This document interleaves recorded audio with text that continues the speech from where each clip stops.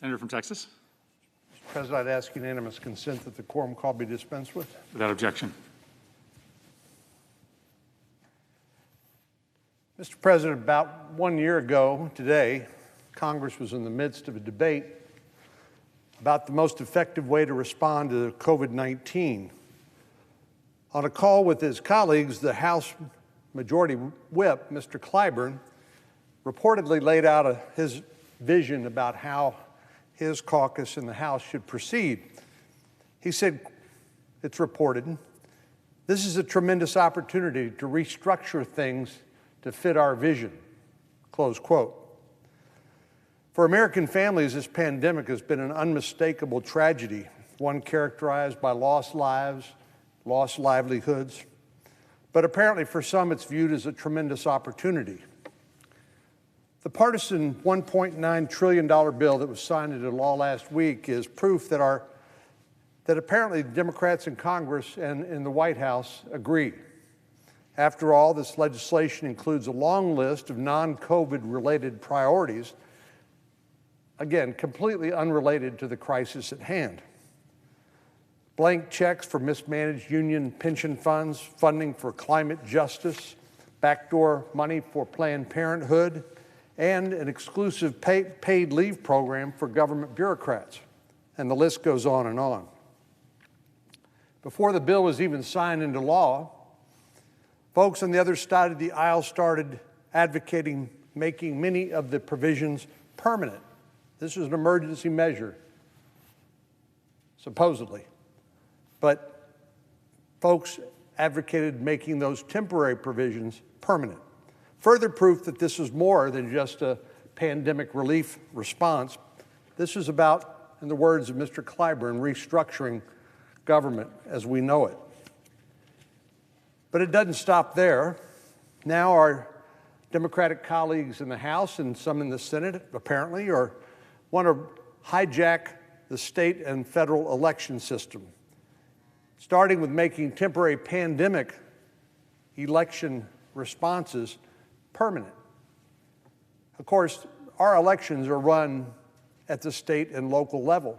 As a matter of fact, I recall, given the efforts of the Russian intelligence services to interfere with our election in 2016, one of the strengths of our system was its dispersed nature, suggesting, in other words, that if it had been a single system, it would have been much easier for our adversaries to interfere, and particularly in the cyber realm.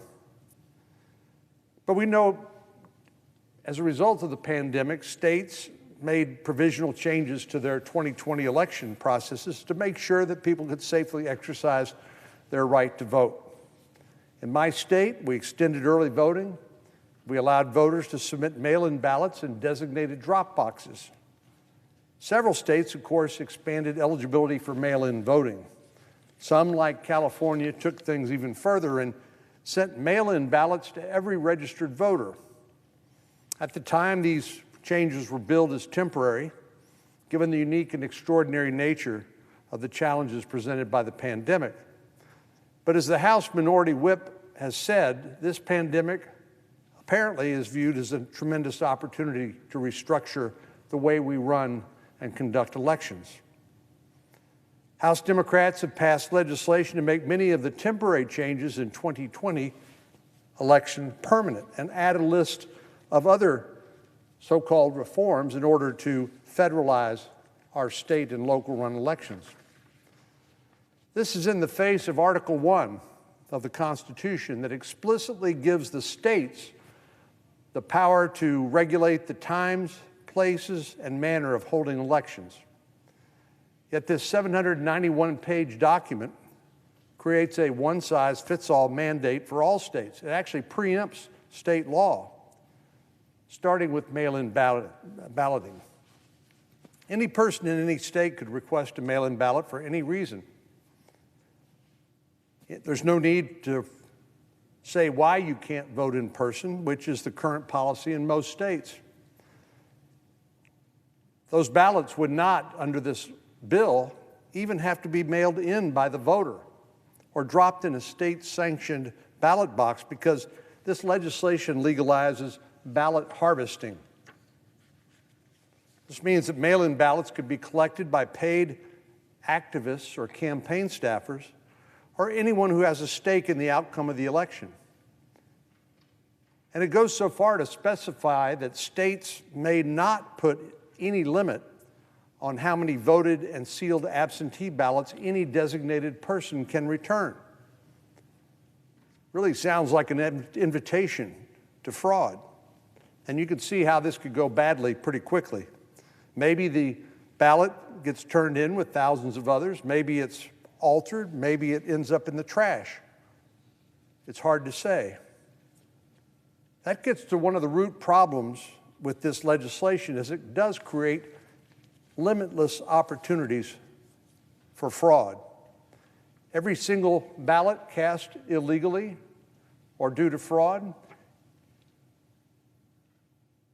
undercuts and neutralizes every legally cast ballot. One way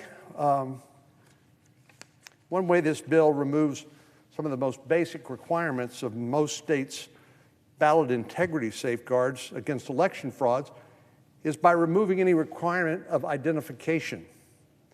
This was, we should recall, one of the main recommendations of the bipartisan 2005 Commission on Federal Election Reform, co-chaired by former President Jimmy Carter and former Secretary of State James Baker III. The commission recommended that voters should be required to present photo ID cards, and the state should provide free cards to voters who did not have a driver's license. In order to vote in person, most states require voters to produce some valid form of identification. I know mine does. In Texas, there are three options, actually several options: a driver's license, a passport, a military ID, citizenship certificate, and other forms of government-issued ID. If for some reason you can't obtain one of these forms of ID, there's still a process in place to allow a person to vote by presenting other documents, making sure that they identify the person casting the ballot. Matching the name of an eligible voter with the name on a valid form of ID is a common sense safeguard against fraud, but one which this legislation seeks to eliminate. If you go to a convenience store, want to buy a six-pack of beer, or if you want to buy cigarettes, or you want to get on an airplane, you have to present an ID card. But this bill eliminates that requirement when it comes to the most sacred duty and privilege that we have as citizens, and that is to vote. This legislation stops states from requiring voters to provide proof of identification. Just sign a piece of paper saying you are who you are, and no one can ask any questions. On top of that, this bill would require the states to automatically register anyone in their databases for everything from DMV to public assistance programs. Well, we know these databases aren't limited to registered voters or even eligible voters. They could include people illegally present in the country, because some states allow driver's licenses to be issued to non-citizens who are not legally present in the country. These databases include other non-citizens and others not eligible to vote. Not to mention the fact that those who are already registered to vote could be registered again and again. And even if there are duplicate registrations, or if someone passes away or moves, states would not be allowed to clean up the voter rolls within 6 months of the election. Just when you think things can't get any crazier, they do. Our Democratic colleagues are proposing that the taxpayers fund their elections. A lot of companies have a match program for charitable giving.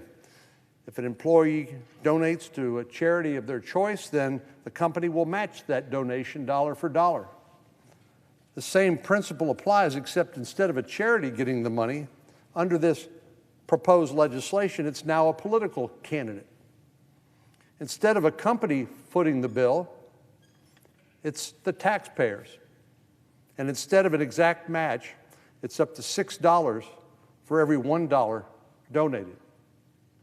That means someone who donates $200 to their preferred candidate, federal taxpayers will wind up coughing up $1,200. Well, I think there are a lot of better uses for government tax dollars. It could go to support crime victims or support the response to the humanitarian crisis at the border, which we're experiencing right now. But no, the proposal in this legislation is let's use it to elect them. Then there are the campaign vouchers. This bill creates a new program that provides eligible voters with a $25 voucher to donate to the campaign of their choosing. Again, more government, taxpayer-funded election activities. And I could go on and on. This legislation also alters the fundamental structure of the Federal Election Commission to remove any need for bipartisanship or consensus building. It undermines trust and accountability in elections. It implements a new financial disclosure policy that even the American Civil Liberties Union says, quote, could directly interfere with the ability of many to engage in political speech about causes that they care about. That's the ACLU. Above all, this bill amounts to nothing more than a federal hijacking of state elections. I can promise you folks in my state don't want Speaker Pelosi or Majority Leader Schumer to determine how elections are run in our state. They want accountable leaders in our state, elected by and accountable to them to determine the best way to conduct free and fair elections. Following the last two presidential campaigns, the side that lost had expressed concerns about election security. A partisan attempt to overhaul our entire election system is hardly a confidence-building exercise. This bill is not a serious attempt to improve security and accountability in our elections. Rather, it is a partisan power grab that will do serious damage to our republic. Mr. President, I yield the floor.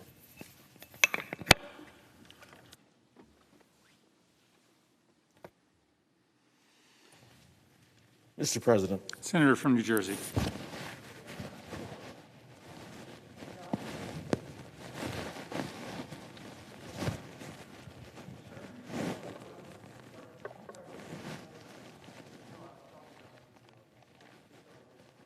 Mr. President. Senator from New Jersey. I take no pleasure in coming to the floor today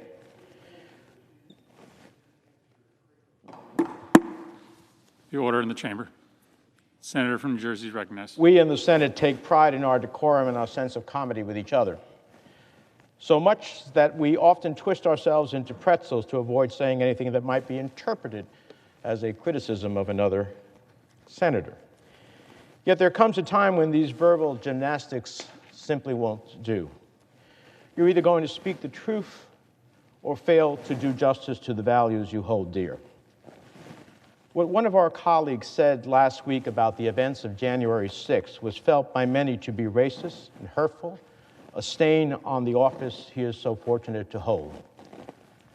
Look, I get no one likes to be called racist, but sometimes there's just no other way to describe the use of bigoted tropes that for generations have threatened black lives by stoking white fear of African Americans and black men in particular. On a radio show, our colleague explained that he never feared for his safety during the January 6th insurrection of the U.S. Capitol. But make no mistake, under different circumstances, he would have been afraid. He said, and I quote, now, had the tables been turned, now, Joe, this will get me in trouble, had the tables been turned and President Trump won the election and those were tens of thousands of Black Lives Matter and Antifa protesters, I might have been a little concerned. Is that not racism, Mr. President? And I don't think the senator is ignorant of the fact that for centuries in this country, white supremacy has thrived on using fear to justify oppression, discrimination, and violence against people of color. I do, however, think my colleague may be ignorant of the pain caused by his comments and unaware of how they compound the trauma that so many still feel in the wake of the events of January 6th. And because I do not think I can do justice to that pain, I want to share with you an email I received this weekend. It's from one of the most devoted public servants I have ever had the pleasure of working with, an African-American member of my staff. His name is Keith Rofer. He has devoted nearly 3.5 decades to serving the people of New Jersey in Congress and his community as a faithful churchgoer and Boy Scout leader. It reads, Senator, I would not normally send you an email like this, but I am at a loss of how to express the outrage and hurt I am feeling by the comments made by Senator Johnson that he would have been more afraid on January 6th if the insurrectionists would have been from Black Lives Matter. I am blessed to be a member on your staff and have had the opportunity to serve as a staff member in the New Jersey delegation for 34 years, but this is the most painful thing I have ever heard being said by a U.S. Senator. I could not imagine that the horrible and painful events from January 6th could be replicated in a statement from a sitting member of the Senate. These comments is worse than the image of the insurrectionists walking through the Capitol building with a Confederate flag. He is perpetrating the racist trope that the country should fear black people. I have experienced what it's like to have a taxi cab pass you by in order to pick up white passengers who are further down the block of where you're standing. Nothing can describe the feeling when you have entered a store and having store clerks watch your every step while shopping. Sandy, that's his wife, and I have had conversations with our sons when they were young about how to enter a store, not look suspicious, keep your hands out of your pockets until you make your purchase, or how to respond and talk to police officers in any interaction. I've had the difficult conversation of explaining to a young black scouter in our scout troop why a white campground store clerk accused him of not paying for an item because he was black. This type of hate speech is not new. The hardest part of what he said is that in 2021, a United States Senator would so freely express this type of hate out loud. I'm so grateful for our officers who endured so many injuries on January 6th, and I pray that they will recover physically and mentally. They are going through so much right now. I feel guilty that my email to you might sound shallow because of the pain that they are trying to overcome. I understand the Senate works best when both sides can find common ground. But how do you really reach common ground when such views can be held? Again, I'm sorry for reaching out late on Saturday evening, but I needed to share this with you. Keith. Mr. President, to read these pained words both broke my heart and boiled my blood. Thousands of people of color serve in the United States Capitol workforce. They are legislative staffers like Keith and Capitol police officers and maintenance workers, cafeteria staff, and so much more. I should not have to stand here and remind anyone that many of them feared for their lives on January 6th. But not Senator Johnson. He felt no fear. He wasn't afraid because, and I quote, I knew those are people that love this country, that truly respect law enforcement, would never do anything to break the law, so I wasn't concerned. Mr. President, people who love this country do not desecrate our most sacred democratic institutions and display symbols of racial hatred like the Confederate flag in the halls of Congress. People who respect law enforcement do not assault Capitol police officers, beat them within inches of their death, and hurl ugly epithets like officers of color. People who would never do anything to break the law, would not try to overturn the rule of law, plot to kill elected officials, and stop the peaceful transfer of powers instructed by the Constitution of the United States. Now, I know what some right-wing media pundits and some of my Republican colleagues will say. They say it every time that they are asked to accept some responsibility for perpetuating the lies told by President Trump that inspired the violent events of January 6th. They say, what about Black Lives Matter? They say, well, what about it? Well, I say, well, what about it? The violent picture they paint of this movement could not be more divorced from reality. At this point, several reputable studies have confirmed that the protests launched in the wake of George Floyd's chilling murder were overwhelmingly peaceful. I repeat, the Black Lives Matter movement is overwhelmingly peaceful. I know many people don't care about facts these days, but it is the truth. One study out of Harvard University analyzed 7,305 Black Lives Matter protests. The conclusion? Allow me to quote Professor Erica Chenoweth. She said, quote, only 3.7% of the protests involved property damage or some form of vandalism. Some portion of these involved neither police nor protesters, but people engaging in vandalism or looting alongside the protests. In short, our data suggests that 96.3% of events involved no property damage or police injuries, and in 97.7% of events, no injuries were reported among participants, bystanders, or police. Likewise, the Armed Conflict Location and Event Data Project, an organization I might add is partially funded by the U.S. Department of State's Bureau of Conflict and Stabilization Operations, examines 7,750 different Black Lives Matter demonstrations across the nation last summer. They found just 3% of those protests associated with any violence or property destruction whatsoever. They also concluded that police departments, quote, disproportionately use force while intervening in demonstrations associated with the Black Lives Matter movement relative to other types of demonstrations.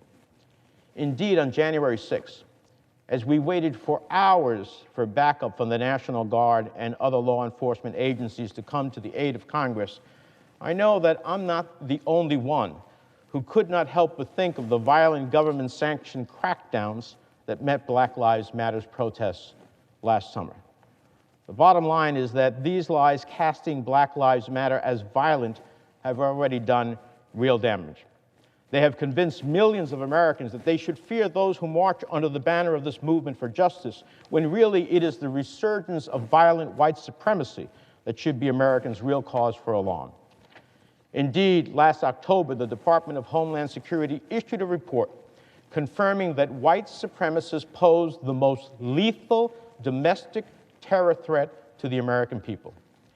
And research from the Center for Strategic and International Studies finds that white supremacists and their sympathizers carried out 2/3 of terrorist plots and attacks in 2020. In the weeks since January 6th, we have learned that far-right extremist groups that regularly preach white supremacy, such as the Oath Keepers and the Proud Boys, played a major role in plotting and executing the attack on the U.S. Capitol. Every member of this body owes their lives to the sacrifices made that afternoon by Capitol Police officers, including officers of color. At least 100 officers were physically injured in the January 6th attack. One officer, a veteran and fellow New Jerseyan named Brian Sicknick, later succumbed to the injuries he sustained. 2 others subsequently committed suicide.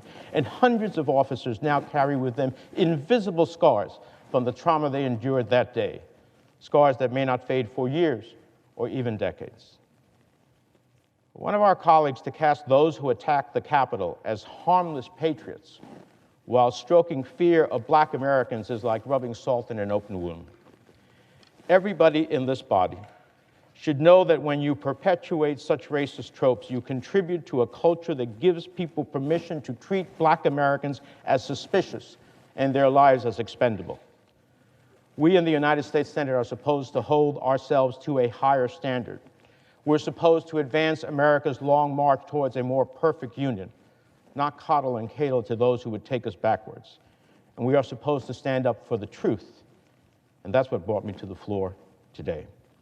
I hope members of this body on both sides of the aisle will join me in making sure that we do not debase the institution and the people we are called to serve, all the people for which so much pain has existed for years and exists still today.